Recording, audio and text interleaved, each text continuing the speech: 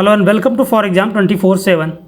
इस वीडियो में हम लोग बात करने वाले हैं यूपी पीईटी का जो पेपर हुआ है उसकी सेकंड शिफ्ट की जो बुकलेट है उसका आंसर इसमें आपको हम बताएंगे। उसका आंसर की आपको यहाँ दिखाएंगे, जिसकी सीरीज हमने यहाँ पे एच ली है। बाकी आप लोग अपनी जो भी सीरीज है उसके अनुसार अपने आंसर्स को वहाँ पे मैच करा लीजिएगा। आंसर के अनुसार आप लोग करेक्ट कितना आप लोगों ने किया है वो आप देख लीजिएगा। इसका हमने ऑलरेडी एक वीडियो बना रखा है, उसका लिंक आप जो है आई बटन पर क्लिक करके देख भी सकते हैं। लेकिन वहाँ पे क्या हुआ कि 2-3 क्वेश्चन जल्दबाजी में कल बनाने में 1-2 क्वेश्चन गलत हो गए, उसको भी यहाँ पे सही कर रहे हैं। बाकी डीआई उसमें रह गया है, डीआई का पूरा पोर्शन रह गया है और मैथ के क्वेश्चन रह गए हैं। तो ये 25 क्वेश्चन जो है वो रह गए थे, उसको यहाँ पे हम पूरा बताने वाले हैं आपको।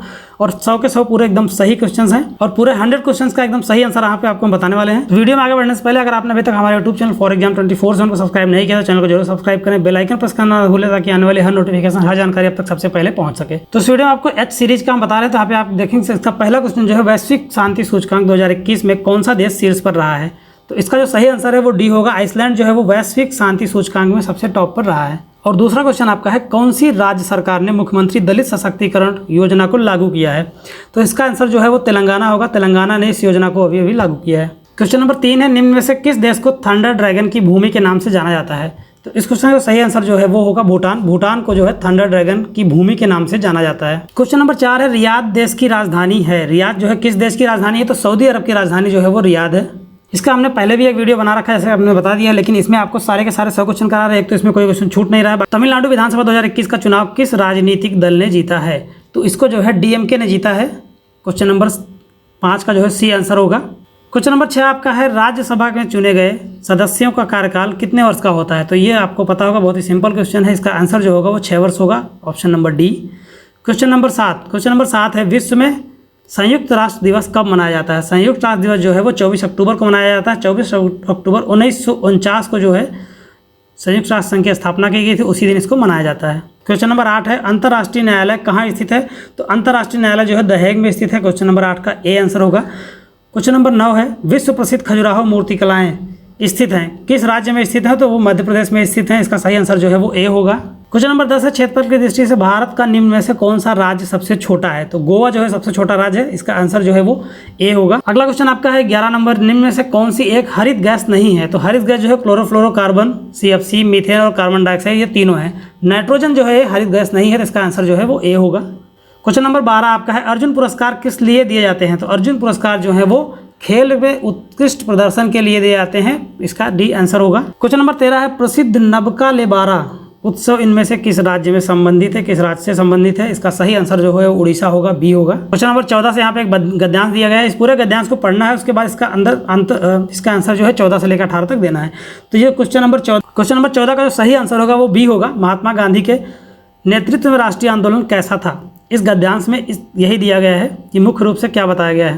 क्वेश्चन नंबर 15 आपका है उपरोक्त गद्यांश का लेखक का उद्देश्य क्या था। तो इस पूरे गद्यांश के अनुसार का आंसर जो है वो होगा भारतीय स्वतंत्रता संग्राम की विशेषता बताना। क्वेश्चन नंबर 16 है धर्मनिरपेक्षता से अभिप्राय है। तो इसका सही आंसर जो है वो सी होगा, सभी धर्मों का आदर करना इस गद्यांश के अनुसार। और क्वेश्चन नंबर 17 में जो पूछा गया है, क्वेश्चन नंबर 17 में दिया गया है कैसे माना जाए कि हमारा स्वतंत्रता संग्राम जनतांत्रिक था। तो इस गद्यांश के अनुसार ऑप्शन नंबर बी होगा, सभी जातियों, वर्गों और धर्मों के लोगों ने इसमें भाग लिया था, इसलिए यह स्वतंत्रता संग्राम जो है जनतांत्रिक था। क्वेश्चन नंबर 18 है उपर्युक्त गद्यांश में प्रयुक्त स्पृहणीय शब्द का अर्थ क्या है। इस गद्यांश में प्रयोग किए गए इस शब्द का जो सही अर्थ है वो है सी, प्राप्त करने योग्य। स्पृहणीय मतलब होता है प्राप्त करने योग्य। अब यहाँ पर क्वेश्चन नंबर 19 से लेकर 23 तक एक और गद्यांश दिया गया है। इस गद्यांश के अनुसार क्वेश्चन नंबर 19 को देख लेते हैं। क्वेश्चन नंबर 19 से वैज्ञानिक दृष्टि का अपेक्षाकृत अभाव होता है। वो जो होता है साहित्य शास्त्री में होता है, उसमें वैज्ञानिक दृष्टि नहीं होती है, ऐसा इस गद्यांश का मानना है। इस गद्यांश के अनुसार इसका आंसर यही होगा। क्वेश्चन नंबर 20 है मानव शरीर के यंत्रवत कहा गया है क्योंकि। इस गद्यांश के अनुसार जो होगा वो होगा अवयव रूपी पुर्जों में विकृत होने से शरीर यंत्रवत निष्क्रिय हो जाता है। क्वेश्चन नंबर 21 आपका है शल्य चिकित्सा द्वारा स्वीकार की गई दायित्वपूर्ण चुनौती थी। तो इसमें जो है इसका भी आंसर होगा वो डी होगा, अंग प्रत्यारोपण द्वारा शरीर को सामान्य बनाना। अनुच्छेद में प्रयुक्त निरामय शब्द का पर्याय क्या है। जो ये गद्यांश दिया गया है इसमें जो प्रयुक्त किया गया है निरामय शब्द, इसका सही अर्थ क्या होगा। इसका सही अर्थ जो होगा वो होगा स्वस्थ। इसका आंसर जो है वो ए होगा। क्वेश्चन नंबर 23 आपका है मानव को सृष्टि का लघु रूप माना जाता है क्योंकि मानव जो है, क्योंकि इस गद्यांश के अनुसार मानव मन में जो घटित होता है वही सृष्टि में भी घटित होता है। यहाँ पे आपको क्वेश्चन नंबर 24 से लेकर 28 तक एक DI दिया गया है। इस DI को आपको यहाँ पर सॉल्व करना है। 5 क्वेश्चन DI पे दिए गए हैं। इस DI में जो है एक तरफ तो आपको दिया गया है कि कितने मिलियन टन जो है उत्पादन हुआ है, और इधर आपके ईयर दिए गए हैं किस साल का कितने कितने मीट्रिक टन जो है उत्पादन, कितने कितने मिलियन टन उत्पादन किया गया है। इसी संबंधित क्वेश्चन यहाँ पे पूछे गए हैं। क्वेश्चन नंबर 24, उत्पादन में पिछले वर्ष की तुलना में वर्ष के दौरान अधिकतम वृद्धि हुई। पिछले वर्ष की तुलना में जो है वो 2013 और 14 में अधिकतम वृद्धि हुई है। इसका आंसर जो है वो सी होगा। क्वेश्चन नंबर 25 है, प्रथम 3 वर्ष के दौरान औसत उत्पादन कितना था। प्रथम 3 वर्ष का आप अगर एवरेज उत्पादन निकालने जाएंगे तो 48 मीट्रिक टन के लगभग आएगा। क्वेश्चन नंबर 26 है, सीमेंट का अधिकतम उत्पादन दर्ज हुआ है किस वर्ष में। तो सीमेंट का जो अधिकतम उत्पादन है वो 2014 और 15 में दर्ज हुआ है। क्वेश्चन नंबर 27 आपका है, वर्ष 2011-12 के दौरान उत्पादन वृद्धि प्रतिशत पिछले वर्ष की तुलना में कितनी थी। तो लगभग 31.8% थी। इसका आंसर जो है वो सी होगा। क्वेश्चन नंबर 28 आपका है, उत्पादन अधिकतम स्तर पर इस वर्ष घटा। किस वर्ष अधिकतम स्तर पर उत्पादन जो है वो घटा है। तो इसका सही आंसर जो है वो ए होगा। 2015-16 में अधिकतम स्तर पर अधिकतम घटा हुआ था। एक ग्राफ आपको यहाँ पे और दिया गया है क्वेश्चन नंबर 29 से लेकर 33 तक। तो इस ग्राफ में दिया गया है एक वस्तु यक्स के आयात को 2013 से 19 के मध्य करोड़ रुपए में दर्शाता है। यहाँ पे करोड़ रुपए में दिया गया है, और यहाँ पे जो है आप देखेंगे तो यहाँ पे दिया गया है कि किस साल जो है कितने करोड़ रुपए के आसपास का फिगर रहा है। तो इसी संबंधित यहाँ पे क्वेश्चन दिए गए हैं। तो इसमें क्वेश्चन नंबर 29 जो है, सभी वर्षों के लिए वर्ष दर एक्स के आयात की वृद्धि का औसत करोड़ रुपए में कितना होगा। तो लगभग 207 करोड़ रुपए आएगा, 260 करोड़ रुपए। इसका सही आंसर जो है ऑप्शन सी होगा। क्वेश्चन नंबर 30 है, उसी डीआई पे आधारित है। विगत कितने वर्षों तक एक्स का आयात एक्स के औसत आयात से अधिक था। तो लगभग 2 वर्षों तक। इसका सही आंसर ऑप्शन डी होगा। क्वेश्चन नंबर 31 है आपका, एक्स के औसत आयात से अधिक आयात और एक्स के औसत आयात से कम आयात के वर्षों का अंतर जो है वो कितना है। तो लगभग 2 है उसका अंतर। ऑप्शन नंबर ए इसका आंसर होगा। क्वेश्चन नंबर 32 आपका है, वर्ष 2018-19 के दौरान एक्स के आयात में प्रतिशत वृद्धि सभी वर्षों के एक्स के आयात के औसत से कितनी अधिक है या कितनी है। तो इसका सही आंसर जो है वो ऑप्शन बी होगा, 64.38 64.38%। क्वेश्चन नंबर 33 है, 2014-15 से 2015-16 के दौरान एक्स के आयात में कितने % की वृद्धि हुई है। तो लगभग 33.3% की वृद्धि हुई है। ऑप्शन नंबर ए इसका सही आंसर होगा। यहाँ पे आपके टेबल आधारित क्वेश्चन से आते हैं, तो आप यहाँ पे देखेंगे क्वेश्चन नंबर 34 से लेकर 38 तक दिया गया है कि निम्न तालिका में 4 व्यक्ति ABCD सप्ताह के विभिन्न दिनों पर वस्तुओं की बिक्री कर रहे हैं। ये आपकी डेट दी गई हैं और ABCD व्यक्तियों के नाम दे दिए गए। इसके अनुसार आपके क्वेश्चन बनाए गए हैं यहाँ पे। क्वेश्चन नंबर 34 दिया गया, सोमवार को डी द्वारा बेची गई वस्तु शनिवार को सी द्वारा बेची गई वस्तु का कितना प्रतिशत था। तो लगभग 44.44% था। ऑप्शन नंबर डी इसका जो है वो सही आंसर होगा। इस बार आपका आ जाता है क्वेश्चन नंबर 5, बी सी तथा डी द्वारा क्रमशः सोमवार मंगलवार तथा शनिवार को बेची गई वस्तुओं का औसत अगर आप निकाल लेंगे लगभग 44.33% आएगा। सी इसका जो है वो सही आंसर होगा। क्वेश्चन नंबर 36 है, सप्ताह के सभी 4 दिनों में डी वस्तु की बिक्री की तुलना में बी वस्तु की बिक्री में कितने प्रतिशत की वृद्धि आई है। तो लगभग 28.3% की वृद्धि आई है। बी इसका सही आंसर होगा। क्वेश्चन नंबर 37 है, सोमवार को बेची गई वस्तुओं की औसत और शुक्रवार को बेची गई वस्तुओं की औसत के मध्य का अंतर कितना होगा। तो इसका सही आंसर होगा ऑप्शन डी 5.25। क्वेश्चन नंबर 38 है, मंगलवार को ए द्वारा बेची गई वस्तु तथा शनिवार को सी द्वारा बेची गई वस्तु का अनुपात क्या था। तो इसको जब आप सॉल्व करेंगे तो इसका आंसर जो है वो आएगा 7:9 आएगा। ऑप्शन नंबर ए इसका जो है वो सही आंसर होगा। एक तालिका आपको यहाँ पे और दे दी गई है, एक टेबल और दिया गया है। इस टेबल के अनुसार जो है आपको, जिसमें प्रोडक्शन और कास्ट जो है वो भारत में 2010 और 17 के बीच में कितने टन रही है किस साल में, उसके अनुसार आपको यहाँ पे क्वेश्चन बनाए गए हैं। इनमें से किस फसल में 2013-17 के मध्य उत्पादन में लगातार वृद्धि दर्ज की गई है। तो बाजरा जो है उसमें उत्पादन में लगातार वृद्धि दर्ज की गई है। क्वेश्चन नंबर 40 है, 2010-11 से 2016-17 के अवधि के मध्य आलू का औसत उत्पादन कितना है। तो आलू का जो औसत उत्पादन है लगभग 293.86 टन आएगा। क्वेश्चन नंबर 41 है, 2016-17 के मध्य इनमें से किस फसल के उत्पादन में पिछले वर्ष की तुलना में गिरावट दर्ज की गई है। तो चावल में जो है गिरावट दर्ज की गई है 2016-17 के मध्य। तो डी इसका सही आंसर होगा। क्वेश्चन नंबर 42 आपका, आलू के उत्पादन 2015-16 में 2010-11 का अंदाजन कितना गुणा है। तो लगभग 1.90 गुणा जो। क्वेश्चन नंबर 43 है, गेहूं के उत्पादन में किस वर्ष के दौरान गिरावट दिखाई दी। लगभग 2013-14 के आसपास। सी इसका जो है वो सही आंसर होगा। यहाँ पे आपके डीआई और टेबल के क्वेश्चन खत्म हो गए। अब आपके जो है वो जीएस के क्वेश्चन यहाँ पे स्टार्ट हो जाते हैं। जो पहला सेक्शन दिया गया है वो हिस्ट्री का दिया गया है कि सिराजुद्दौला किस युद्ध में अंग्रेजों से पराजित हुआ था। तो सिराजुद्दौला जो था वो प्लासी के युद्ध में अंग्रेजों के द्वारा पराजित हुआ था। इनमें से कौन हड़प नीति का कट्टर समर्थक था। तो लॉर्ड डलहौजी जो था वो हड़प नीति का जो है वो कट्टर समर्थक था। क्वेश्चन नंबर 45 है भारतीय इतिहास में के धन्वंतरी कौन थे। तो चंद्रगुप्त विक्रमादित्य की सभा को सुशोभित करने वाले प्रसिद्ध चिकित्सक जो थे वो भारतीय इतिहास के धन्वंतरी कहे जाते हैं। इसका सही आंसर ऑप्शन ए होगा। क्वेश्चन नंबर 47 है निम्नलिखित में से कौन सबसे पहले भारत में, आपको क्रम से लगाना है। तो इसमें जो है सबसे पहले आता है आपका फायान, फिर हेनसांग, फिर टॉमस रो। तो इसका जो सही आंसर होगा वो डी होगा, सेकंड, थर्ड और फर्स्ट। साइमन कमीशन किस वर्ष भारत में प्रथम बार आया था। इसका सही आंसर जो है वो ऑप्शन बी होगा, 1928 में साइमन कमीशन सबसे पहले भारत में आया था। भारतीय राष्ट्रीय कांग्रेस द्वारा किस अधिवेशन में ऐतिहासिक पूर्ण स्वराज पूर्ण स्वतंत्रता को प्रस्ताव पारित किया गया था। तो इसका सही आंसर जो है ऑप्शन ए होगा, लाहौर में किया गया था। बहुत ही सिंपल क्वेश्चन है, लाहौर के कांग्रेस अधिवेशन में। क्वेश्चन नंबर 50 आपका, इसमें आपको मिलान करना है। तो मिलान करने के इंडियन नेशनल आर्मी जो है सुभाष चंद्र बोस ने बनाई थी, गदर पार्टी लाला हरदयाल ने बनाई थी, और मेला मित्र डॉक्टर वी.डी. सावरकर ने किया था, और Annie Besant home rule league की स्थापना की थी। तो इसका जो सही आंसर होगा वो आपका आ जाएगा 2, 1, 3, 4। तो 2, 1, 3, 4 जहाँ पे दिया होगा यही इसका सही आंसर होगा। ए इसमें जो है इसका सही आंसर होगा। क्वेश्चन नंबर 51 है मौर्यकालीन भारत के विवरण वाली इंडिका के लेखक कौन थे। तो इंडिका के जहाँ नाम आता है, इंडिका के लेखक जो है वो मेगास्थनीज थे। ऑप्शन नंबर सी इसका जो है सही आंसर होगा। क्वेश्चन नंबर 52 है इनमें से कौन सा क्रांतिकारी संगठन काकोरी षड्यंत्र केस में शामिल था। तो आपको पता होगा हिंदुस्तान रिपब्लिकन एसोसिएशन HRA जो था ये उसमें शामिल था, जिसमें भगत सिंह भी शामिल थे। क्वेश्चन नंबर 53 है नागार्जुन सागर परियोजना किस नदी पर है। तो ये बहुत ही सिंपल क्वेश्चन है। क्वेश्चन नंबर इस क्वेश्चन का आंसर ऑप्शन ए होगा, कृष्णा नदी पर है। माउंट एवरेस्ट की प्रथम बार चढ़ाई किस वर्ष की गई थी। तो माउंट एवरेस्ट जो कि नेपाल में स्थित है, हिमालय की सबसे ऊंची चोटी है, तो इसका जो चढ़ाई की गई थी ऑप्शन नंबर ए इसका सही आंसर होगा। 1953 में सबसे पहले इस पर चढ़ाई की गई थी प्रथम बार। क्वेश्चन नंबर 55 होगा इनमें से किसने महात्मा गांधी के खिलाफत आंदोलन से जुड़ने का विरोध किया था। तो मोहम्मद अली जिन्ना ने विरोध किया था। ऑप्शन डी इसका जो है सही आंसर होगा।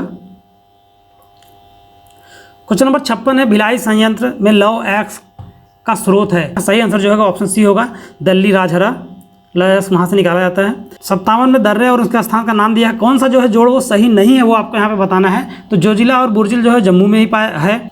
आपका नाथुला और जिलेपला जो सिक्किम में है।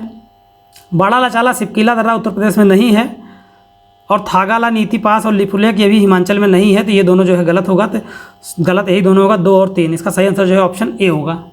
क्वेश्चन नंबर 58 में भरतपुर स्थित पक्षी अभयारण्य राष्ट्रीय उद्यान का नाम क्या है। तो इसका नाम जो है केवलादेव घाना राष्ट्रीय उद्यान है। ऑप्शन नंबर डी इसका जो है वो सही आंसर होगा। क्वेश्चन नंबर 59 है भारत की राष्ट्रीय आय का आकलन करने वाली संस्था कौन सी है। तो केंद्रीय साक्षी संगठन जो है, ऑप्शन नंबर बी इसका जो है सही आंसर होगा। क्वेश्चन नंबर 60 है सेवा का दूसरा नाम क्या है। सेवा क्षेत्र का दूसरा नाम जो है वो तृतीयक क्षेत्र होता है। ऑप्शन नंबर सी इसका सही आंसर होगा। क्वेश्चन नंबर 61 है भारत में श्वेत क्रांति के जनक के रूप में किसे जाना जाता है। तो सब जानते हैं डॉक्टर वर्गीस कुरियन को जाना जाता है। ऑप्शन ए इसका सही आंसर होगा। क्वेश्चन नंबर 62 है किसके बढ़ने के फलस्वरूप निजी निवेश में वृद्धि की अधिक संभावना होती है। तो जब नई पूंजी पर अनुमानित प्राप्ति बढ़ जाती है कि हमारी नई पूंजी ज़्यादा आने वाली है, तो निजी निवेश अपने आप जो है वो बढ़ जाता है। इसका सही आंसर ऑप्शन डी होगा। क्वेश्चन नंबर 63 है भारत के संविधान में इनमें से क्या राज्य सूची में सम्मिलित नहीं है। तो दंड प्रक्रिया संहिता जो है वो राज्य सूची में सम्मिलित नहीं है, केंद्र सूची में सम्मिलित है।